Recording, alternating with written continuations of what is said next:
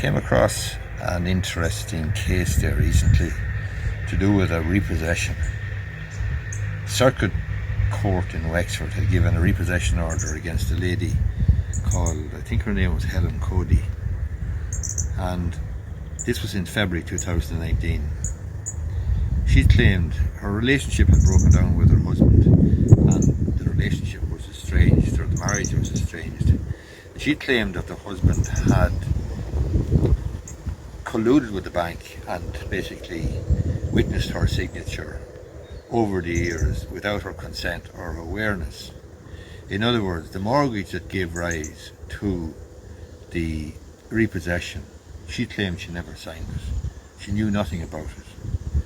So she canvassed that argument in the Circuit Court in Wexford, basically that she didn't sign the mortgage, and if she didn't sign the mortgage, the money couldn't be owed by her, and therefore there's no entitlement to repossess. She failed, and the Circuit Court gave an order to the bank for possession of the property in question. She appealed this to the High Court. Now, bear in mind that this lady was a lay litigant, in other words, she had no legal representation. At the High Court, however, she won her case. And she won her case on two principal grounds. One was that the bank, were aware of through her affidavits, that she had raised all sorts of issues about the mortgage not being signed by her, about the mortgage being invalid, about the husband colluding with the bank over the years. She raised all these issues and the bank never responded to them or replied to them. And secondly, she claimed obviously that the money wasn't due by her, that the mortgage was invalid and therefore the loan was invalid and therefore the money wasn't due, and the bank didn't respond to that either. So they never actually proved their indebtedness vis-a-vis Miss Cody. I think her name was Helen Cody. The High Court found in her favour, and the High Court quashed the Circuit Court order and basically said that in circumstances where somebody like this is swearing on affidavit about issues questioning the validity of a mortgage, that at the very, very least the bank should have cross-examined her and should have tested her and questioned her about those issues, and it didn't.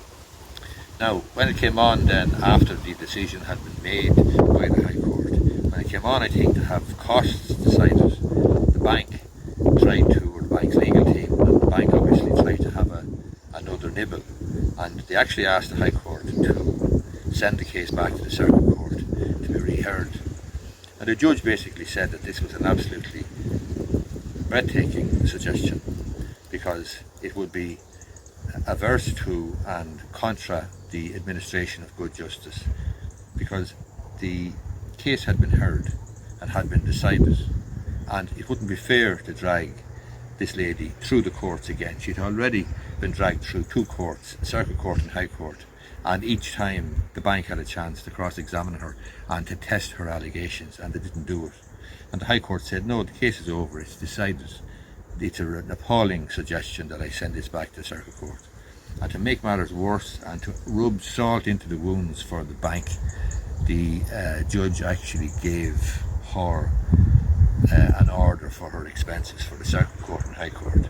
Now, unfortunately, I say expenses because obviously she was a lay litigant, and if she's a lay litigant then she has no legal costs, strictly speaking, because she doesn't have legal representation. But it's one of the few cases I've seen where a lay litigant or somebody challenging a bank and a bank's validity or a bank's mortgage validity and so on, it's one of the few cases I've seen succeed. But this one succeeded, and it succeeded, in fairness to Helen Cody, I think her name was Helen, spectacularly, and fair play to her, that's what I said. She did well. I've written a blog post about this. It's on my website, businessandlegal.ie. You can take a look there and you can read the blog post. It goes into a bit more detail, and then there's a link in the blog post to the actual decision itself, and you'll see what the bank or what the High Court had to say. And there was two different hearings. I think one was to deal with costs and the finalisation of the order, and the other one was the first hearing of the case, or first hearing of the appeal at the High Court. But it's the full decision is on my website, and it's worth a look, worth a read. businessandlegal.ie. If you like this video and if you find it useful, I would appreciate if you gave it the thumbs up down below. Thank you.